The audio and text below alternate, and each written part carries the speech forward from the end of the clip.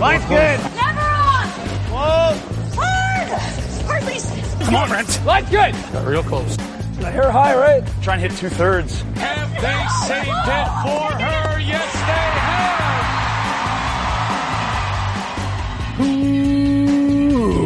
Ooh, welcome to Game of Stones, everybody. I am Sean Graham. Scott, alongside, as always, hello, Scott. Sean, I got a question for you. Do you often wear different glasses? Is that right? Correct. I switch them have, up? I think, 5 or 6 pairs that I can rotate through. Yeah. So how do you decide when it's time to wear a different pair? Do you wear a different pair every day, or what's the story here? It's a great question. I think for me, I have a pair that I wear for exercising and physical activities. Okay. So I'll always wear the same pair curling, for instance, because that's the pair that's tightest on my head. So Okay, you don't want them to fall down. so they're less likely to fall off. Otherwise, I do try to, because I have a bunch of different colors, so I just try to match with what I'm wearing. And, as I have I need them all the time, but I have a relatively or comparatively light prescription. So within my $200 every 2 years, I can get 3-4 pairs from somewhere like Clearly. And that allows me to go and rotate through. So I have like a black frame, a thick black frame that I wear curling. I got a green pair, a red pair, a blue pair, a gray pair, a couple of pairs of sunglasses. So yeah, I'm very fortunate that I can kind of rotate through. Yeah, that's pretty good because my prescription is quite strong. And as a result, I don't change them because even very small adjustments to my pupil distance, like can really throw off my eyes. So Sure. but I was just thinking my glasses I'm wearing right now are kind of dirty and I didn't have a rag to clean them with. So you I can just thought, change them. maybe I'll just change them to the new ones, but they're upstairs. So anyway, I wanted to know because it's something I would like to do, but my glasses cost much more than our $200 every 2 years allotment. And so I tend to stick with one, but glad to hear you have the chance to take these options. Pretty cool. Yeah. What I like too about it is that I don't have to go try them on. I can do the virtual thing. I say, oh, this color looks good. And I mean, there's one pair, the green pair isn't the most comfortable. So I'll wear it, but not always that frequently. And I don't know. I find too that after a couple of days, since I'm in the habit of rotating them out, just putting on a different pair feels fresh. Yeah. And I put on my other pair, I don't know, a couple of weeks ago. I was in the office and thought I'd do it, and I kind of had a headache all day. Yeah, but I know that goes away. So yeah, it takes some time, but yeah. So there you go. That's how I do it. All right, cool. Good to know. Thanks for the info. All right. So with that, let's turn our attention, Scott, to the world of curling. There's one news item that I want to get to at the end of the show. That was Emma Miskew's comments on the Broom Brothers podcast about Curling Canada not letting Team Home and Play in the Scotties. And she made a couple really salient points, I thought, that certainly are worth discussing. And so we'll get to that at the end of the show. But first, we will turn our attention back to Cortina over in Italy for the 2026 Paralympic Games, which haven't officially started, but like the Olympic Games, curling is going ahead of the opening ceremonies. The mixed doubles wheelchair competition opened up earlier today. We're recording this Wednesday evening. So early morning Thursday in Italy, the mixed doubles has already started. And like with the Olympic Games, once that's done, the 4-person teams will take over. A bit of a difference in Paralympic play. One is it's shorter. The Paralympics are just shorter overall in all areas than the Olympic Games. With the mixed doubles, you have 8 teams in a round robin and 10 teams in the 4-person game. Same playoff format. 4 teams make the playoffs, semifinal, and a final.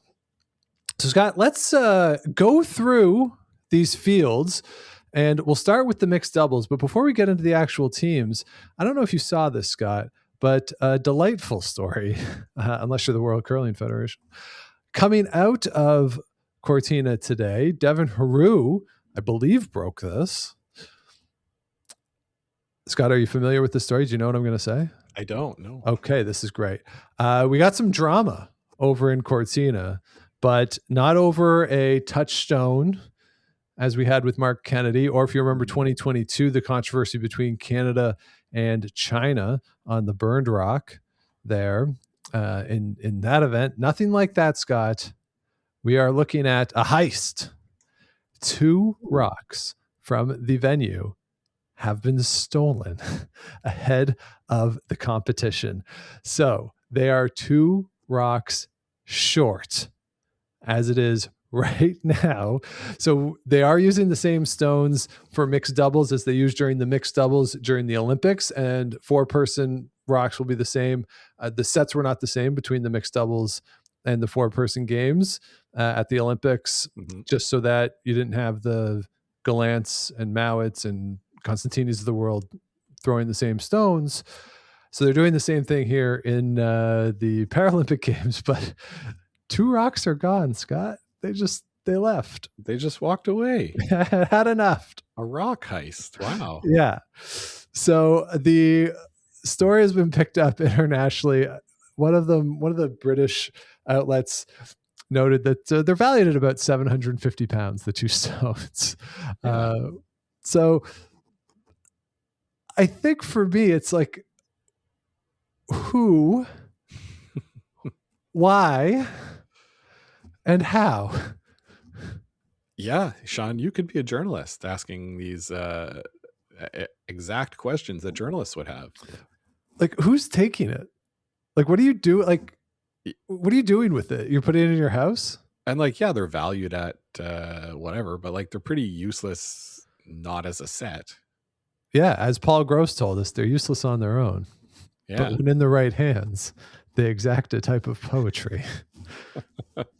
But Scott, it's like, well, so Steph, our friend Steph was telling us on Monday, or telling me at least during our game on Monday night, that the plan for World Curling was actually to break up these stones and sell them for $100-something bucks. Like, you get a piece of the Olympic stone.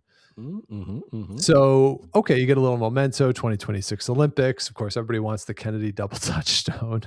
You don't get to pick which actual stone it is, but they would tell you apparently, hey, this is like rock 4, red, sheet 3 or whatever. Yeah. So they were going to do that, but now they have 2 fewer stones from the mixed doubles to do that with. I think this is wild. Like,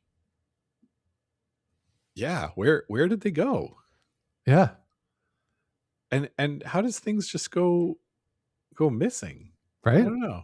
Yeah, so they've brought in spare stones. They do have spare stones. Of course, yeah. So they have those, and they've been brought up to the same specifications in terms of the texturing and all that. So the stones should be the same. The teams were also made aware of which 2 stones were different and were added, so that they could have an expectation of, okay, these might run a little differently because they weren't used during the Olympic Games, so therefore they don't have as much wear on them as the other ones. But yeah.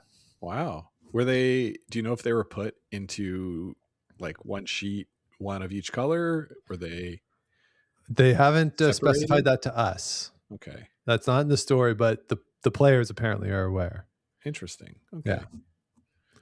So there you go. A little drama to kick off the 2026 Paralympic Games. Not bad. Not bad. Because, well, let's talk about it. Is there going to be much drama on the ice? We'll see. I mean, we did see, as I said, in 2022, I'm pretty sure it was 2022, the drama between Canada and China, where a rock hit the Canadian skip's chair. Yeah.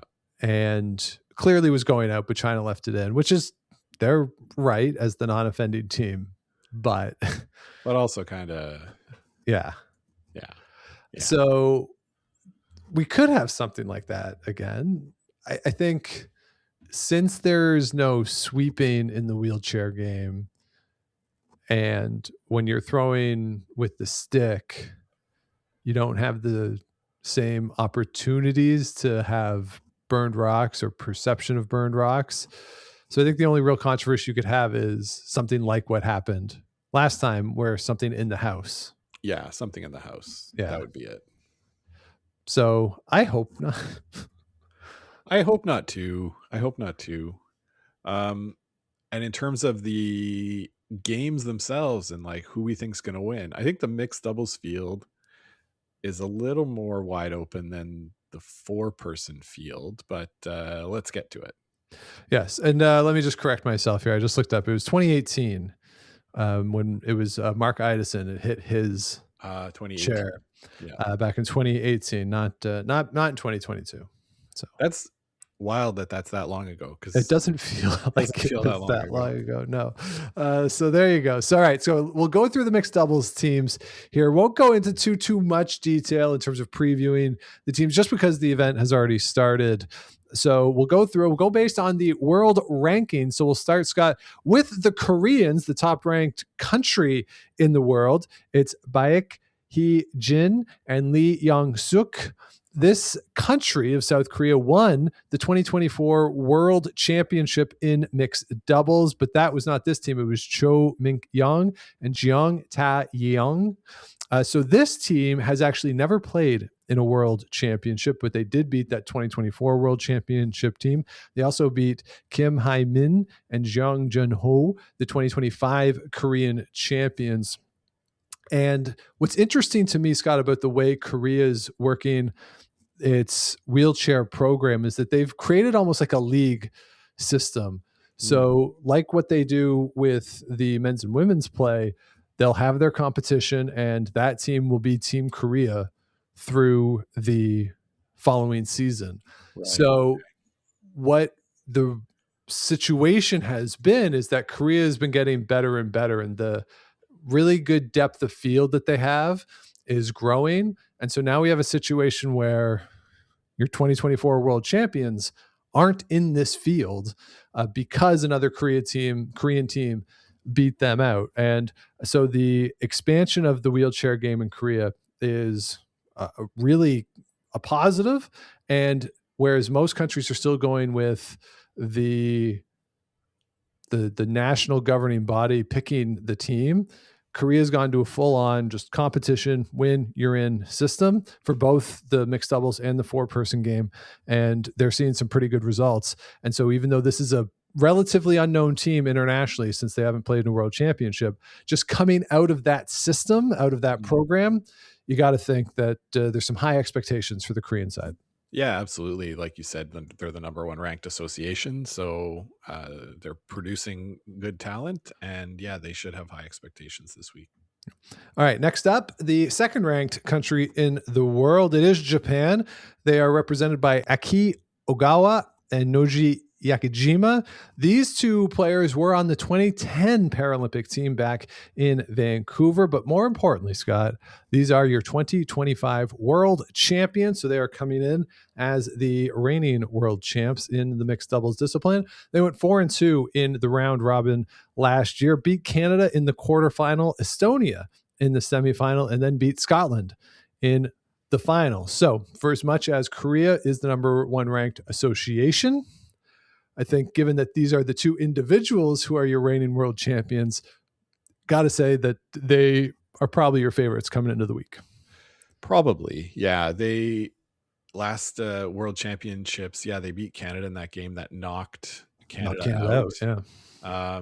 They were, I think, 5-1 through their round robin. They 4-2, through their group, finishing second in the group.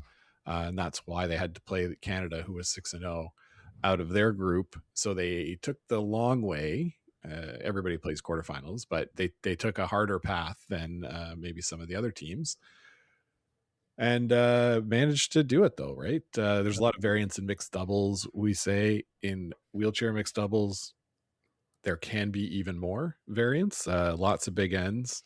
Looking at the games that happened at the World Championships last year, like there was a lot of steals, there was a lot of power plays that turned into 4s, stuff like that. So this team, having the experience of winning a World Championship, sure, you got to be high on their hopes for the podium. All right, let's move on to the third ranked country here. It is Latvia. They're represented by Polina Roskova and Agris Lasmans.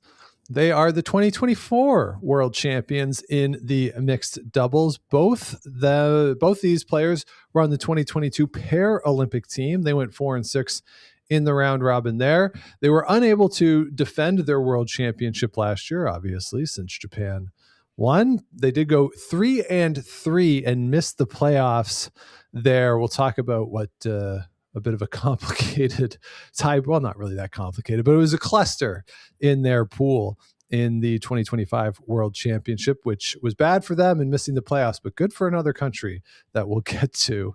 So, Scott, when we look at Latvia, and we'll talk about them on the four-person side, these are their two best players. And when we look at the four-person team, maybe the expectation is probably not as high because they're not playing, especially when you got Agris. He's been around a long time and really good player. So I think if you're looking at the Latvian expectations or the hopes of Latvian curling in the Paralympics, I think it's on these two and not as much on the four-person team.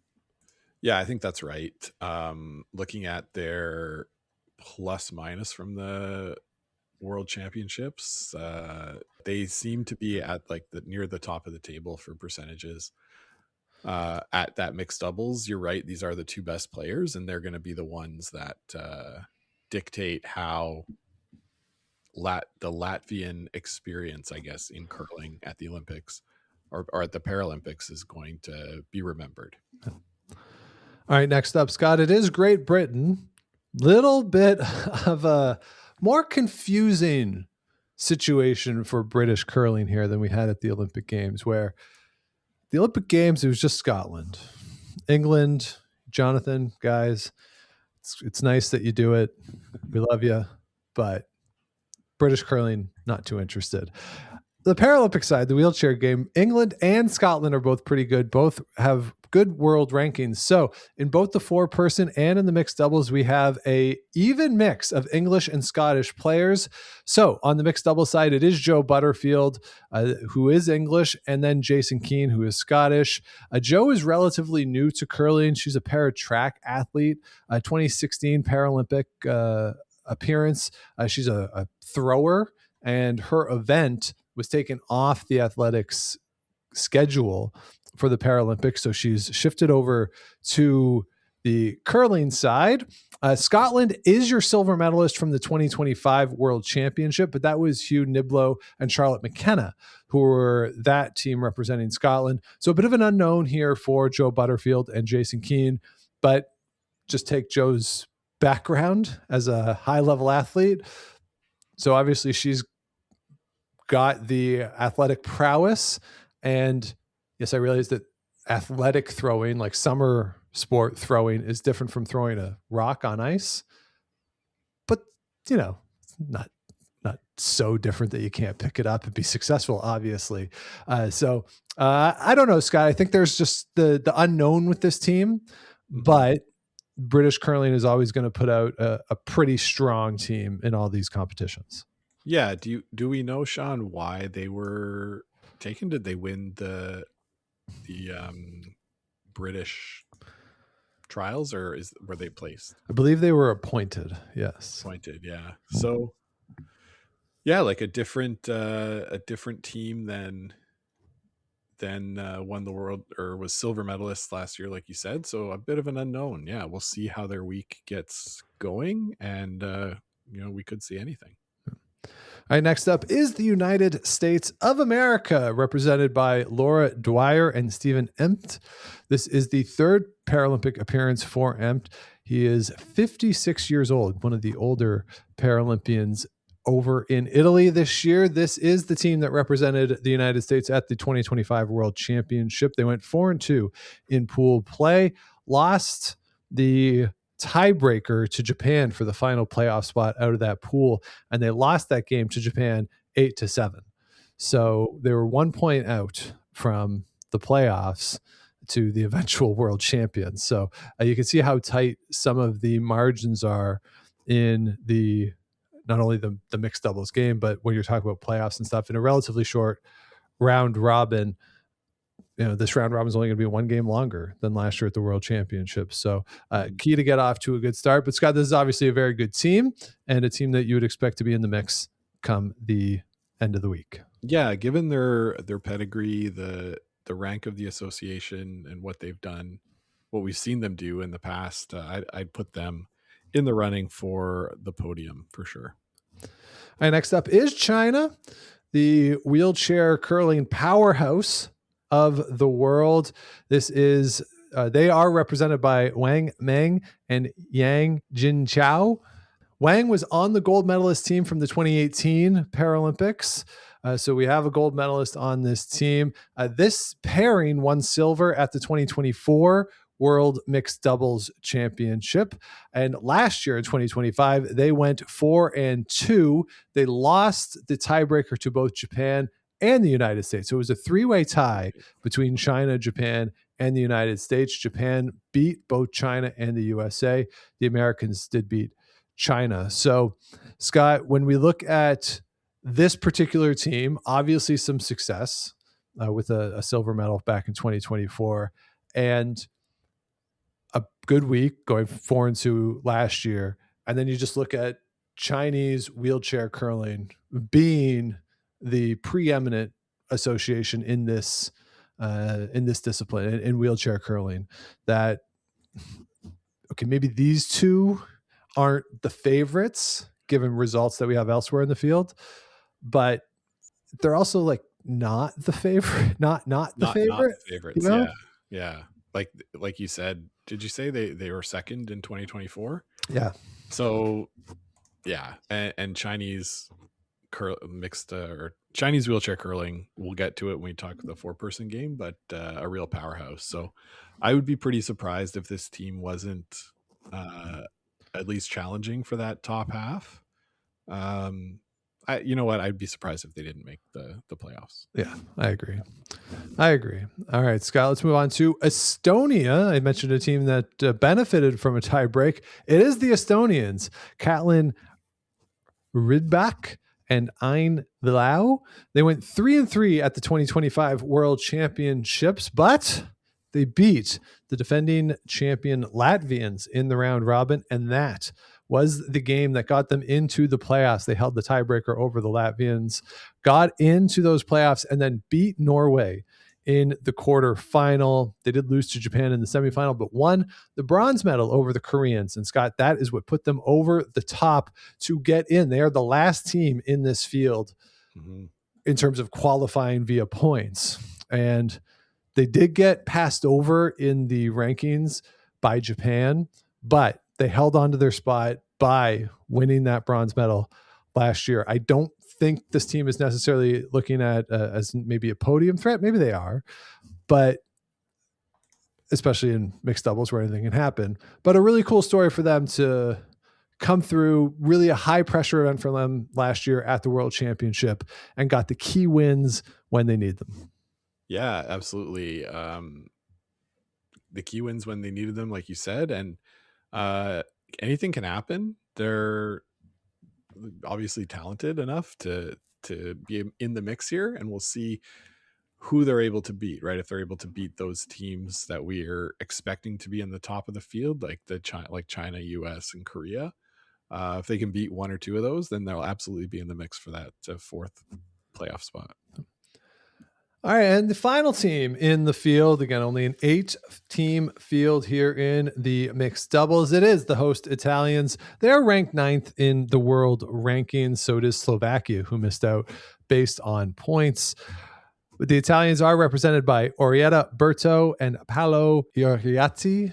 They went 2-4 at the 2025 World Championship. More success in 2024. They did go 4-2.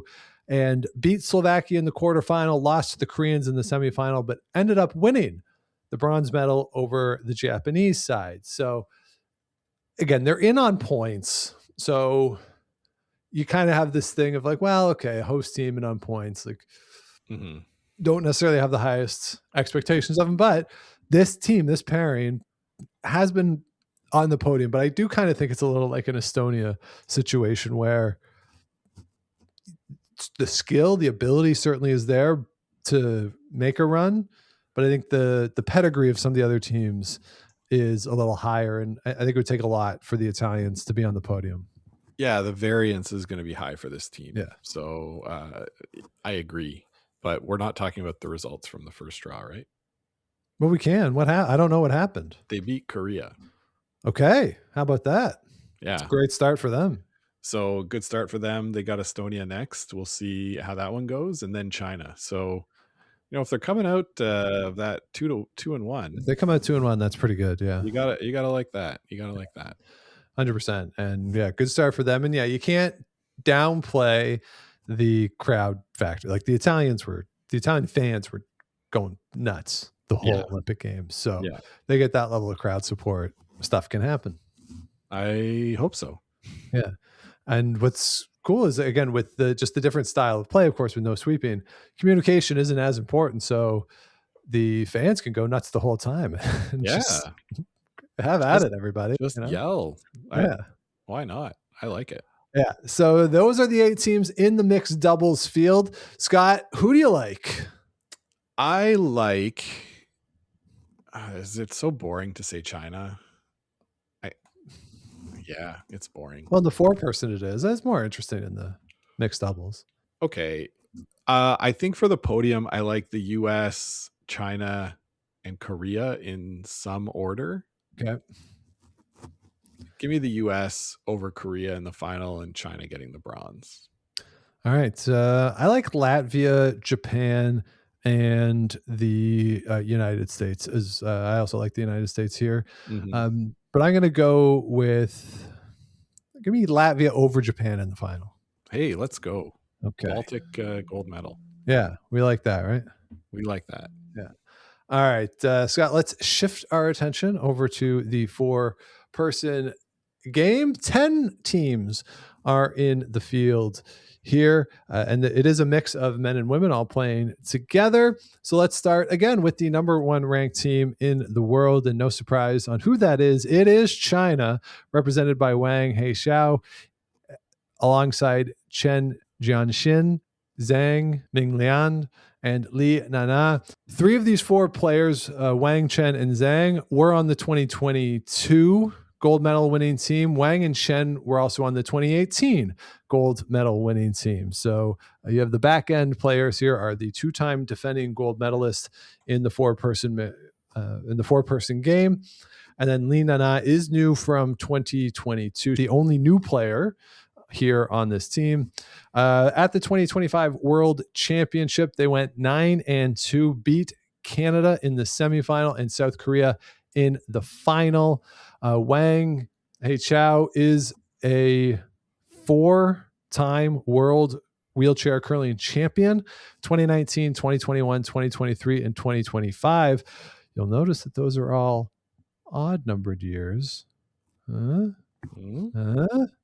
Didn't win in 2024. Of course, didn't have the opportunity to in 2022 because of the Paralympic Games. I won a gold medal at that. So maybe it doesn't actually mean anything. Scott, he is only 36 years old, and he's already done all this. So if he is so inclined, he could have just one of the all-time runs. He's already had an all-time run and could continue. He'll only be 40 by the time the next Paralympics roll around. Their stats at the 2025 Worlds, not only did they win it, but their stats were just bonkos when compared to the rest of the field.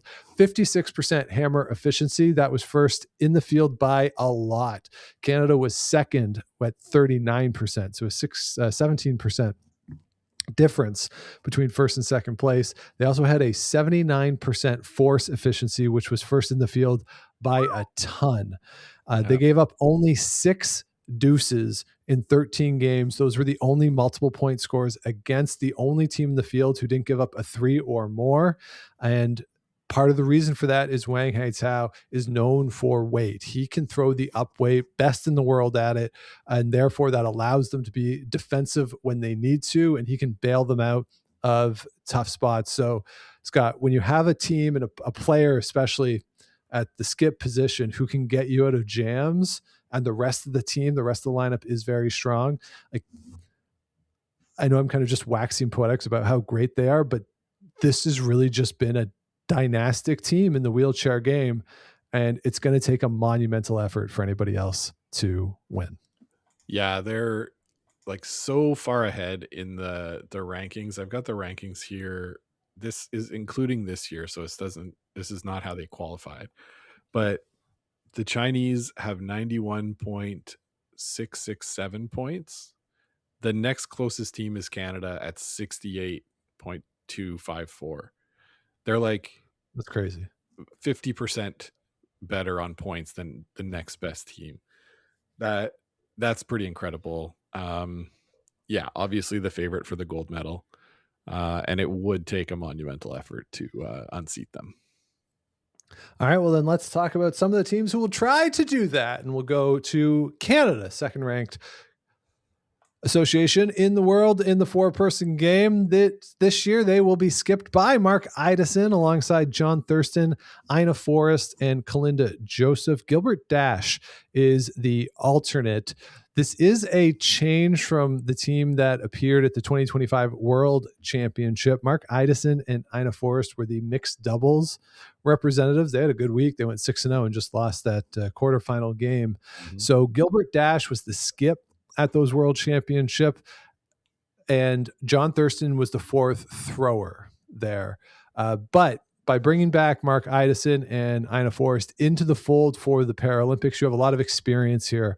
Mark Idison won a gold medal in 2014, 2018, and 2022 bronze medalist in the 4-person game. He was skipping in 2022, throwing the lead stones. Kalinda Joseph was on that 2022 team, as was John Thurston.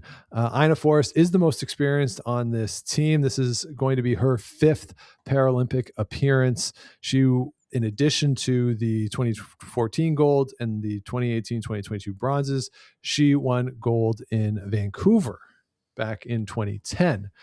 In 2022, this team went 7-3, lost to China in the semifinal, beat Slovakia to win the bronze medal. At the World Championship in 2025, they did go 6-5. Don't know how much you can necessarily take from that, given the lineup changes that we've seen. No disrespect to Gilbert Dash and the folks who were there, but Mark Idison, Ina Forrest, again, just so much experience. And as we said with the mixed double, Scott, it could be loud in there. The Italian fans could be going nuts the whole time, but so much experience on this team, they're not going to get thrown by that.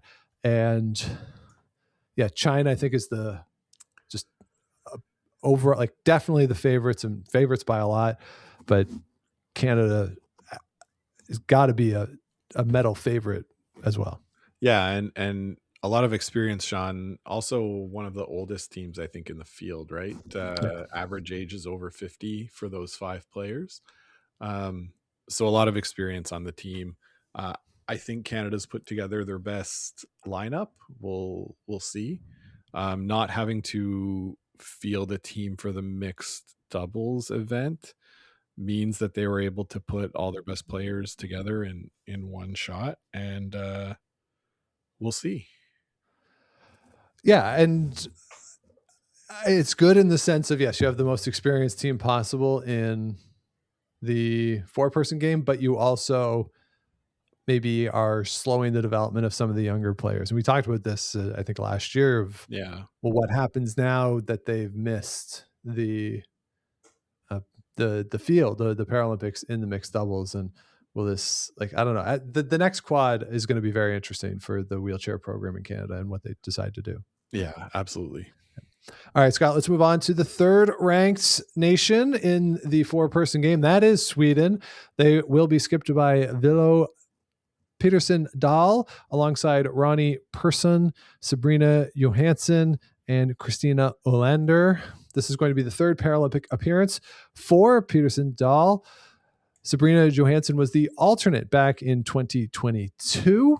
That team went 7-3, beat Slovakia in the semifinals, lost to China in the final to take home the silver medal. This is the same lineup as we had at the 2025 World Championship. That team went 7-4, lost to Slovakia in the quarterfinals.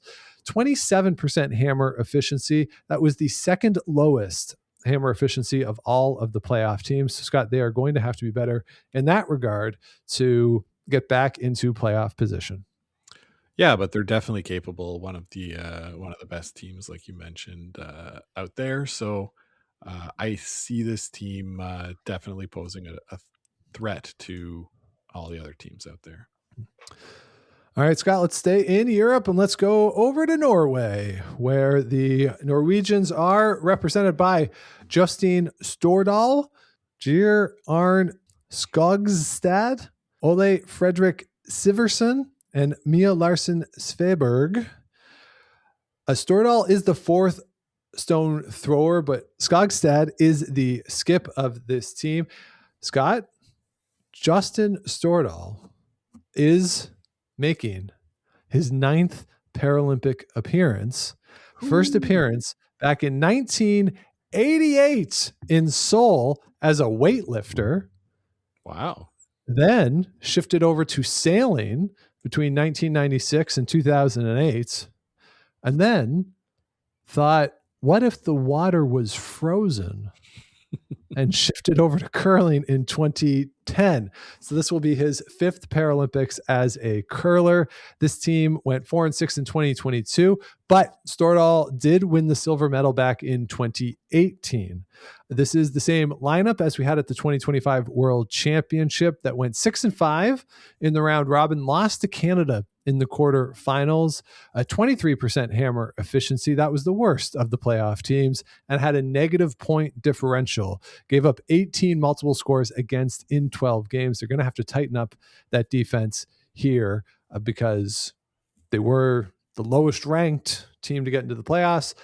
But in that field, 6 teams get in. This one, only 4 do. So they're going to have to tighten up on the edges here if they want to get back into a playoff spot.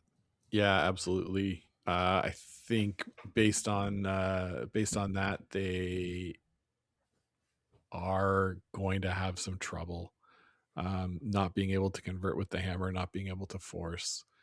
It's going to be tough, but who am I to say that a 9-time Paralympian can't make it onto the podium? That's true. It's a fair point. Yeah. We should note too, Scott, I missed this, but just to jump back to Sweden too, I want to just note Ali Kreviatic is the coach for the Swedish team. Oh, nice. So there. So, all right, Scott, let's move on now to Korea, and they are going to be skipped by Yang Hu-tae alongside Nam Bong-kwang, Lee Hyung-chul, and Bang Min-ja. So this team, as mentioned with the mixed doubles, came through the competitive format that the Koreans have set up. That was set up following the 2018 Paralympic and Olympic Games, or Paralympic Games in Pyeongchang. So that league system was set up. So a more competitive environment. Cool story here with Nam Bong-kwang is married to Bak Hee-jin in the mixed doubles. So kind of cool. You have a married couple there that they'll be able to watch each other's games the whole time because the events are taking place sequentially. So kind of a cool thing there. They'll have their spousal support. So a cool story there.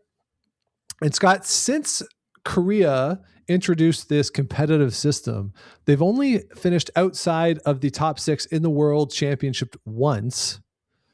And that has created, as we talked about, a lot of sustained success for the program, the association, but it also leads to different people going. So the accumulation of experience is different for the Koreans than a lot of other teams. So because of that, all 4 of these players are new to the Paralympic Games.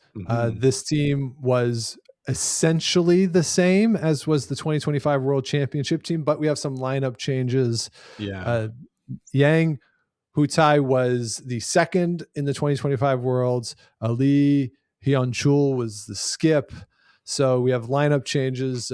Bang Min-ja did not play at the 2025 Worlds. So we have a lineup changes here, all new from the 2022 Paralympic Games. The team, as was constructed at those World Championship last year, did go 8-3, beat Slovakia in the semifinal, lost to the Chinese in the semifinals.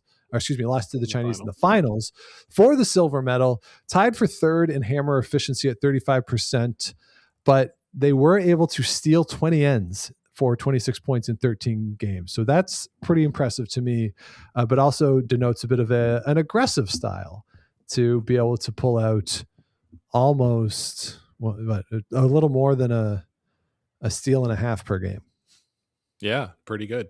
Definitely pretty good. I think the experience is going to help them, Sean. The experience as all of them having played at that World Championship last year, learning quite a bit. They did lose by a lot to China in the final. I think it was 14-3. Yeah, it was a big spread in the final, but again, we spent 5 minutes talking about how great China is in this. So. Yeah. So this is one of those teams. I think the variance is high. Yeah, potentially. Yeah, I agree. There could be, again, if they're playing as aggressively as the stats indicate that they did last year at the World Championship, yeah, you have a lot of variance when you're doing that. Mm-hmm. Mm-hmm. All right, Scott, let's move on to Great Britain. Scotland is the 6th ranked association in the wheelchair game. And as mentioned, it is a mix of English and Scottish players. So Hugh Niblo is the skip alongside Stuart Pimblett, Austin McKenzie, and Karen Aspey. Stuart Pimblett was the skip for the English side at the 2025 World Championships. Karen Aspey is English. Austin McKenzie is Scottish. At those 2025 World Championships, Scotland went 5-6. England also went 5-6, but Scotland beat England. So Hugh Niblo, you get to skip. Wow. I don't know if that's actually how they decided it, but in my head, that was the tiebreaker. Both teams lost out to Slovakia in the tiebreaker for the last playoff spot. They both lost to Slovakia. Niblo did win silver at the mixed doubles World Championship last year, but playing in the 4-person game here. Scott, given that we're bringing two teams together, and I realize that it's not like the Scotland and England, it's not like two countries that are coming together that like have linguistic differences or anything like that, but you are bringing two different teams together, having them try to come together in a relatively short amount of time and play in the pinnacle of the sport. That's an interesting challenge, but given that both associations had points, I think it's probably the only thing they could have done. Yeah, I think so. Right. Like, yeah, it's kind of only fair to give both associations a representation in the Olympic Games. There's no other country that really needs to worry about that. No. So just a quirk of how the Paralympics and Olympics work with Great Britain fielding the team all together. So good compromise. But a challenge, I think, for the players. A challenge for sure. A challenge for the coaches, probably. Yep. Right. And for the players to understand how their new teammates throw. So, yeah, but not insurmountable, and probably a lot easier in wheelchair curling than in the 4-person game, where like the non-wheelchair curling, where the sweeping matters and the communication is that much more important. Yeah, that's true. Yeah, you don't have to learn as much, but you still, as the skip, you still have to know. You have to know where to put the broom How the release is still going to be a little different, and so true. Still a learning curve for sure for this team. So that one will be interesting to keep an eye on. All right, let's move on to Slovakia, 7th ranked country in the world, skipped by Peter Zatko alongside Radoslav Duris, Adrian Duršek, and Monika Kunkalova. Zatko is appearing at his 4th Paralympics. Monika Kunkalova at her 4th. The only new player from 2022 is at the 2nd position there with Adrian Duršek. At those 2022 Paralympic Games, this team went 7-3 for 2nd place in the round robin, but lost to Sweden in the semifinals, lost to Canada in the bronze medal game for a 4th place finish. It is the same lineup as we had at the 2025 World Championship that went 5-6. That went 5-6. That did sneak them into the playoffs. They beat Sweden in the quarterfinals, lost to Korea in the semifinals, lost to Canada in the bronze medal game. Scott, at that event, they scored 4 fours, which is always good, but they also gave up 3 fours and 2 5+ ends. And if you look at the peripheral numbers for this team, they were all middling when you look at compared to the rest of the field. So, they snuck into the playoffs. They did beat Sweden to get into the medal games, but I don't know. Some of that I think was a bit of smoke and mirrors when you look at the surrounding numbers and some of the point differentials in the games. It just what they did at those world championships is not a sustainable way to find success at these competitions. Yeah, and once they got into the playoffs, their hammer conversion percentage was 9%. So playing the teams that are ahead of them in the standings was a bit difficult. So my expectations are not as high for this team as for others. That said, who knows? All right, next up is the United States of America. They're represented by Matt Thooms, Sean O'Neill, Dan Rose, and Oyunya Urenchimeg. Toombs is the only player from the 2022 team who is back. That team ended up in 5th place. The best result for the Americans at the Paralympic Games was a 4th place finish back in Vancouver in 2010. Matt and Oyunya are the only 2 from the 2025 Worlds who are playing here at the Paralympic Games. That team at the 2025 Worlds ended up in 11th place. They were, though, in the top half of the field on force efficiency, only a 24% hammer efficiency. And then, Scott, they gave up 26 steals against for 41 points in 11 games. So they were doing a good job without the hammer by having a high force efficiency relative to the rest of the field, top half. But they're not converting their hammers, and they were giving up a ton of steals. So, keep playing aggressive when you don't have the hammer. They were successful. They found some success that way. But by giving up the 26 steals, maybe pull it back, rein it in a little bit when you have the hammer. Yeah, that's what I was thinking too, is that when you've got the hammer, try and keep things simple as much as you can, because otherwise it's going to be a real tough sledding for you come the time to play that Chinese team, the Canadian team, all that kind of stuff. You want to keep it simple. Yeah, especially that Chinese team with their ability with the up weight. If you have a lot of stuff that maybe it gives them angles and there's a lot of Chinese stones hanging around, that's a key, a recipe to give up a big end. Yeah, absolutely.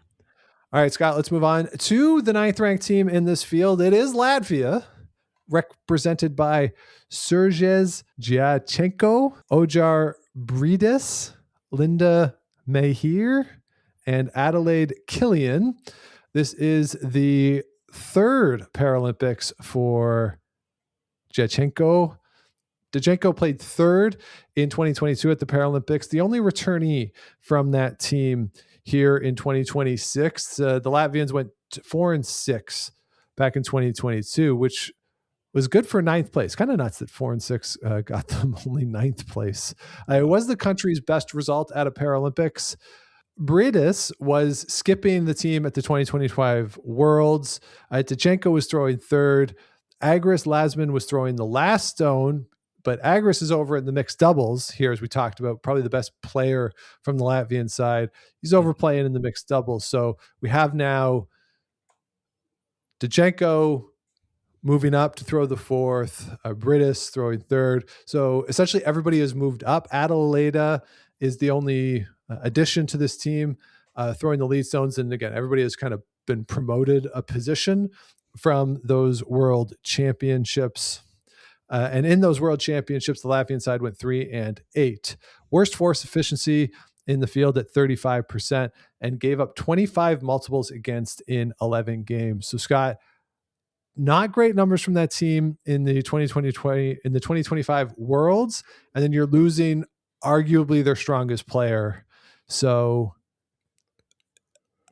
at least my hopes aren't too high for the Latvians here.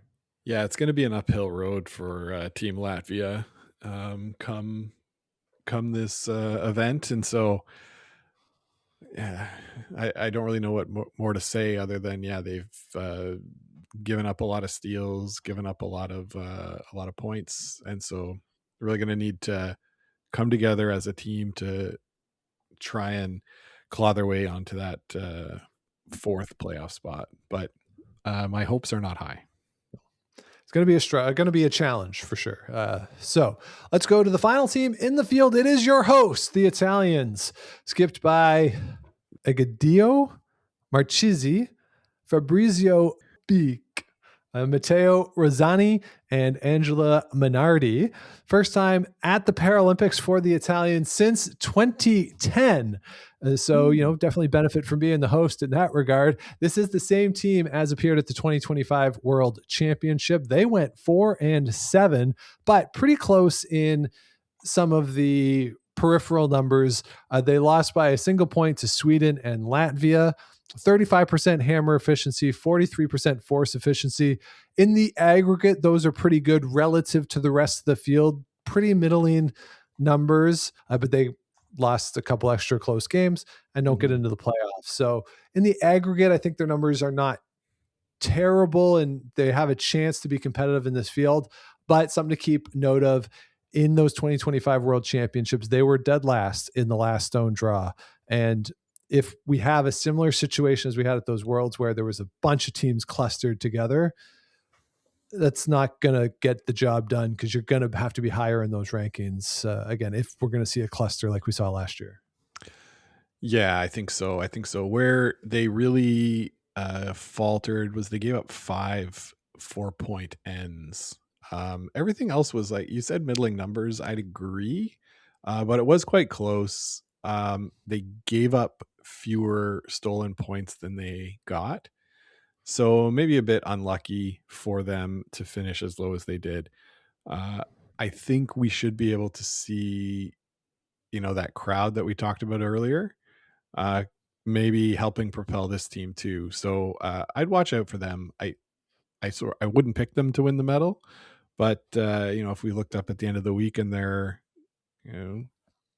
6-3, it wouldn't really surprise me.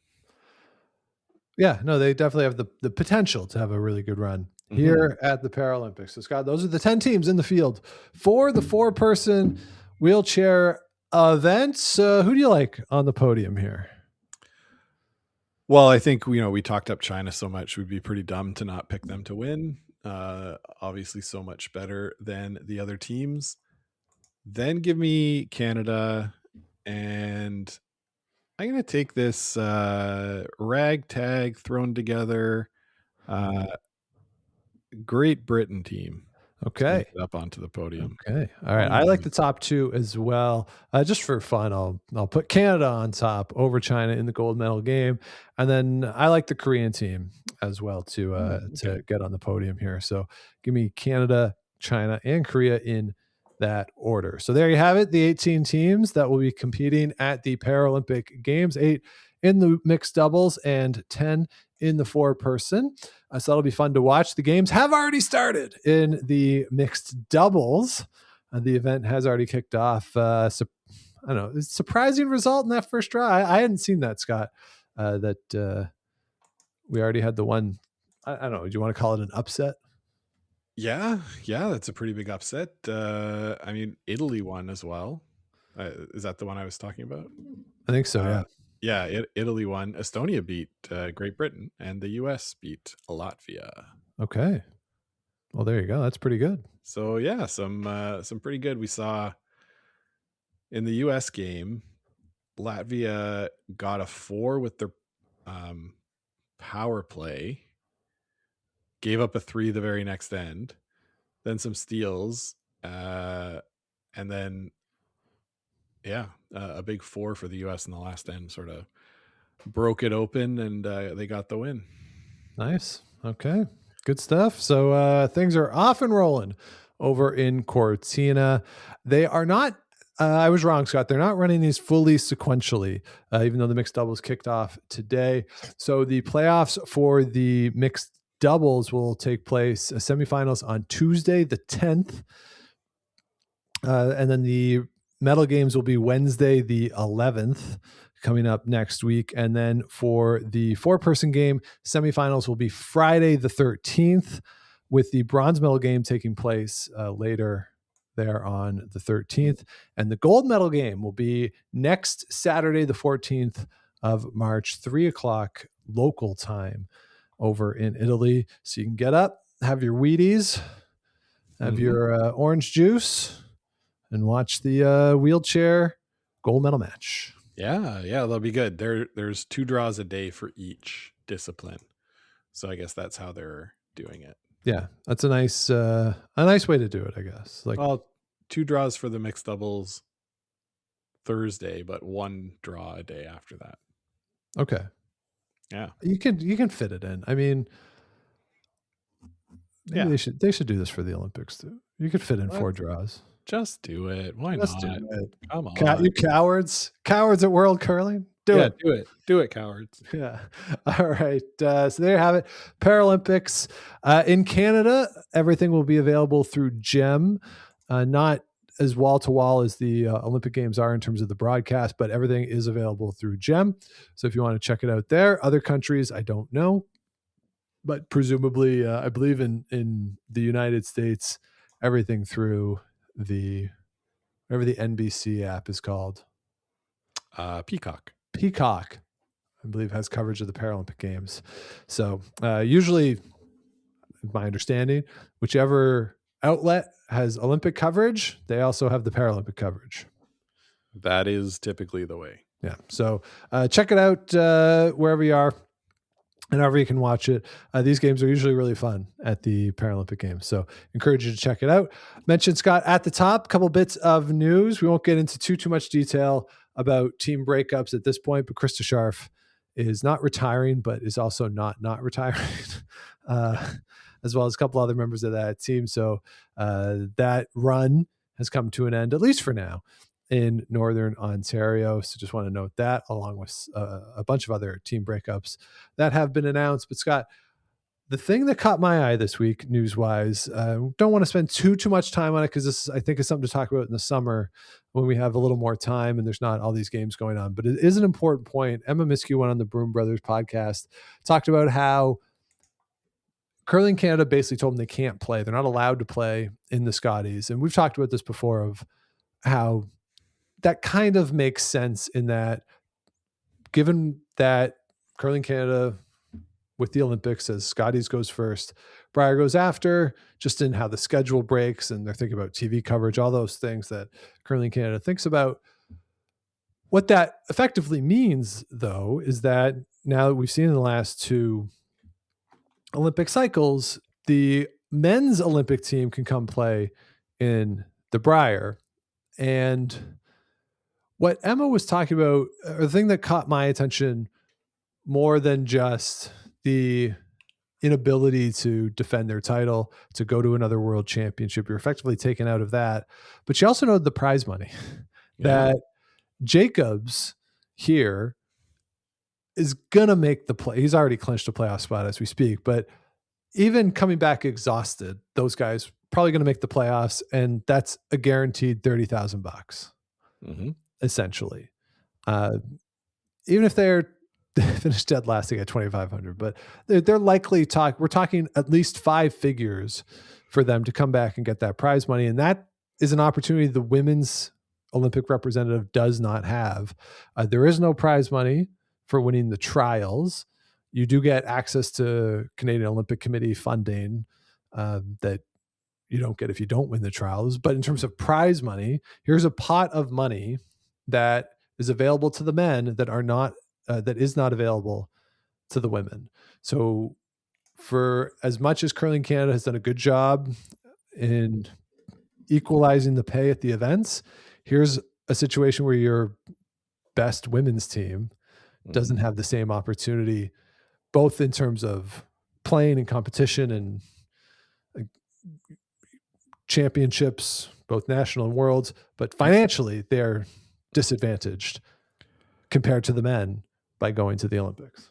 Yeah, I agree. I think it's not great. It's not a good look.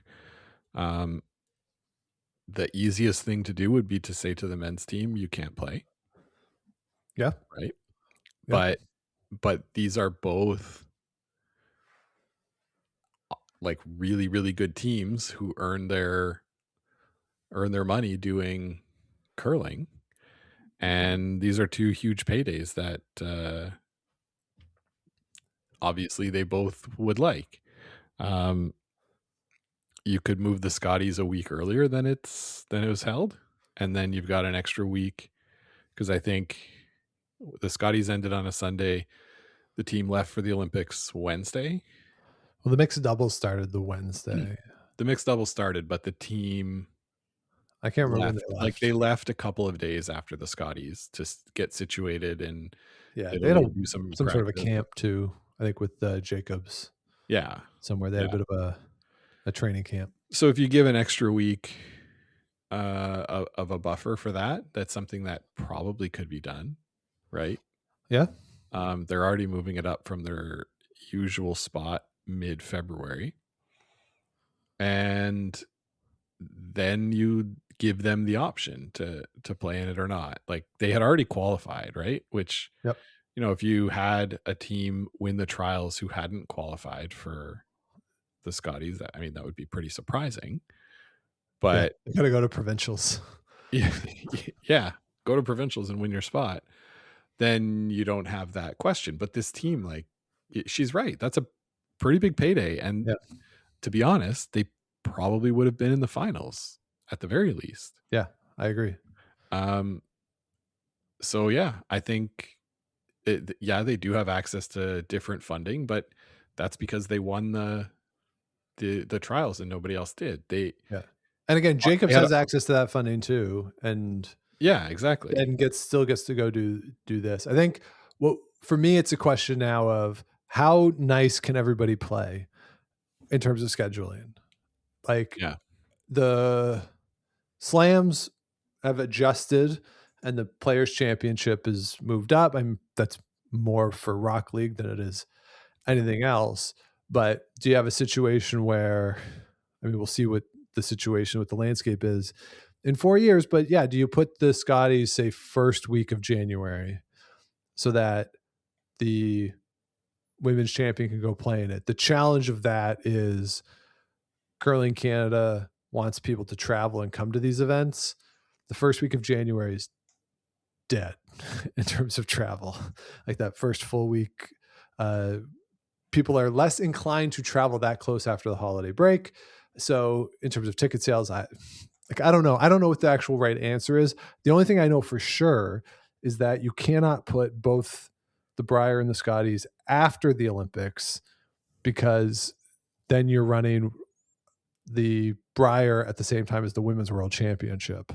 Mm-hmm. And from a coverage standpoint, you're going to split your audience, and that's not necessarily good for the sport. So I don't know. What if you did a joint? Okay. I just came up with this. All right. Ready? You ready for this, Scott? Half-baked idea. I'm ready for it. A tournament of Brier.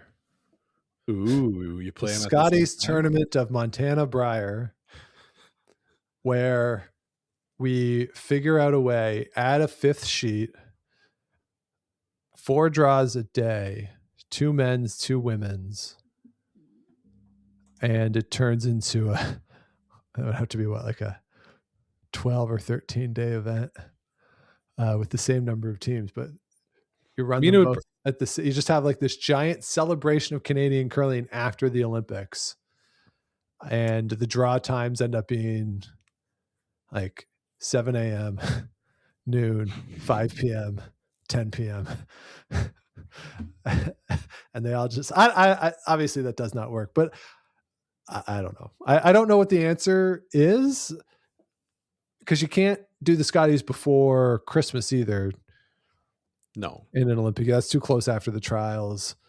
Yeah, mid-January maybe, but also is that too close? I really don't know what the scheduling answer is, but it is a problem that the women's Olympic rep in Canada is financially hurt by going when compared to the men's team that wins. Yeah, I agree. It is a disadvantage, and let's talk more in the summer about solutions, but off the top of your head, I like that.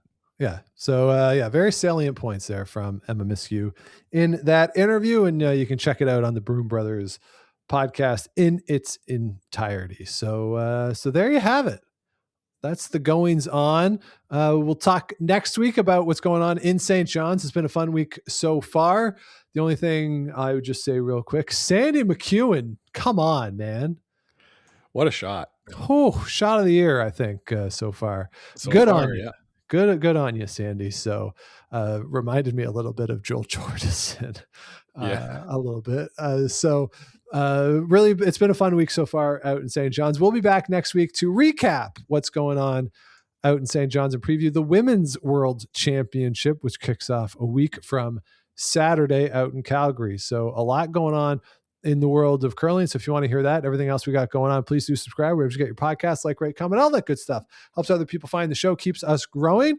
Head on over to GameOfStonesPod.com. Past episodes are there, plus a link to the merch. We're on the socials at Game of Stones Pod, Game of Stones Podcast on Facebook. And if you want to let us know what you want to hear on the show, Game of Stones Podcast at gmail.com. Scott, you used to live in beautiful British Columbia. Mm-hmm. The premier of beautiful British Columbia made a bit of news this week. He did. Coming up this Saturday night, Sunday morning, I guess officially Sunday morning, at 2 a.m., the fine folks of British Columbia, with the exception of those in Eastern British Columbia, which already do not participate in the changing of the clocks, but everybody on the mainland, lower mainland, and out there on Vancouver Island will switch their clocks for the final time. What a time to be alive. So in the winter, assuming that things don't change here in Ontario, in the winter, it'll only be a 2-hour difference between us and Vancouver. Yeah, that's a big bonus. For who? For us, right? Oh, okay. Vancouver. If you want to watch the Canucks, yeah. If you're a big start an hour earlier, yeah, that'd be great. Yeah, I mean the people out there. I know the Canucks fans complain when the Maple Leafs go out and they make the Saturday night game in Vancouver start at 4 local. Yeah. So if they have to start playing all their Saturday night games, it's for the 10 o'clock game, where they have to be 8. Then they have to start it at 8 o'clock. Yeah. 8 o'clock. It's not going to go well. Oh, in terms of the complaints from the locals. On just purely the TV and how it's all centered around Eastern time, which it is, and it's all organized around the Maple Leaf schedule. One thing this concerns me though, Scott, as someone who has read a little bit about this, and I saw some stories today. If it doesn't get light until after 9, I don't care for that.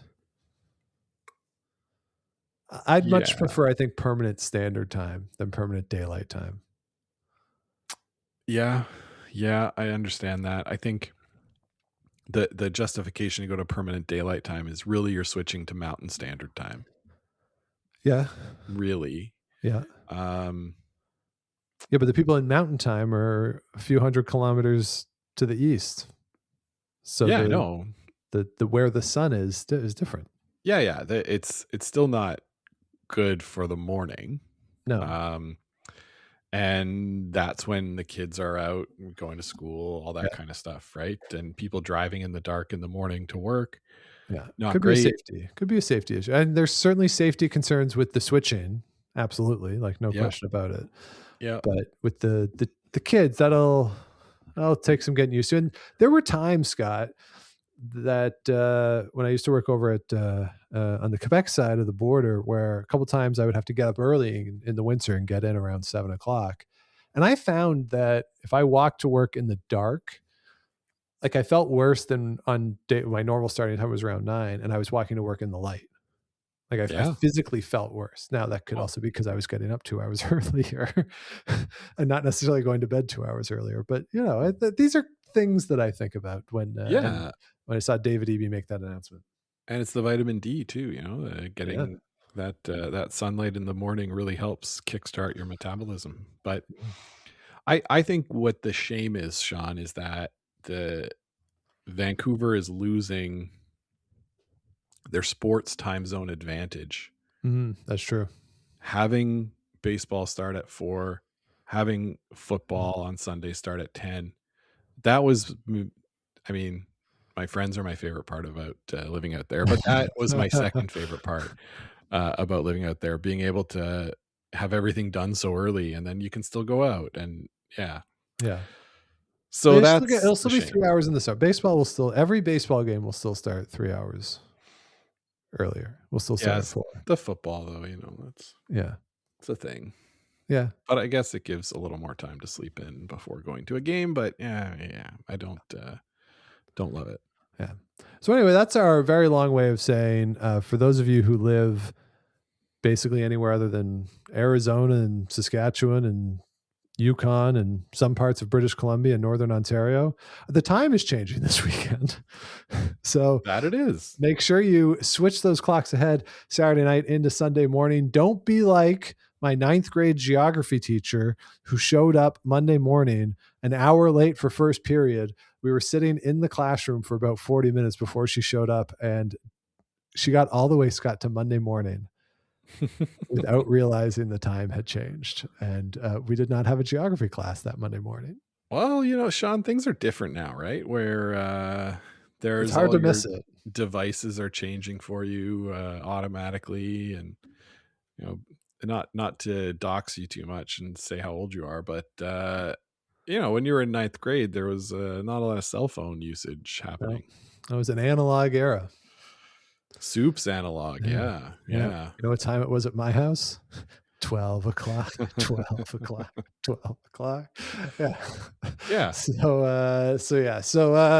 So hopefully everyone is prepared for that. And for those of you out in British Columbia for the final time, switching the clocks, see what happens in the rest of the country and the bordering states. See if I know a lot of places have like sort of clauses, like trigger laws or whatever it's called. Yeah. That things could happen here on this. But yeah, so the clocks are changing. So the Brier final, we'll all be watching with one less hour of sleep on Sunday evening. Man. And we'll be back, of course, to talk all about it next week. So until we join you then, keep those brooms on the ice and don't dump that intern.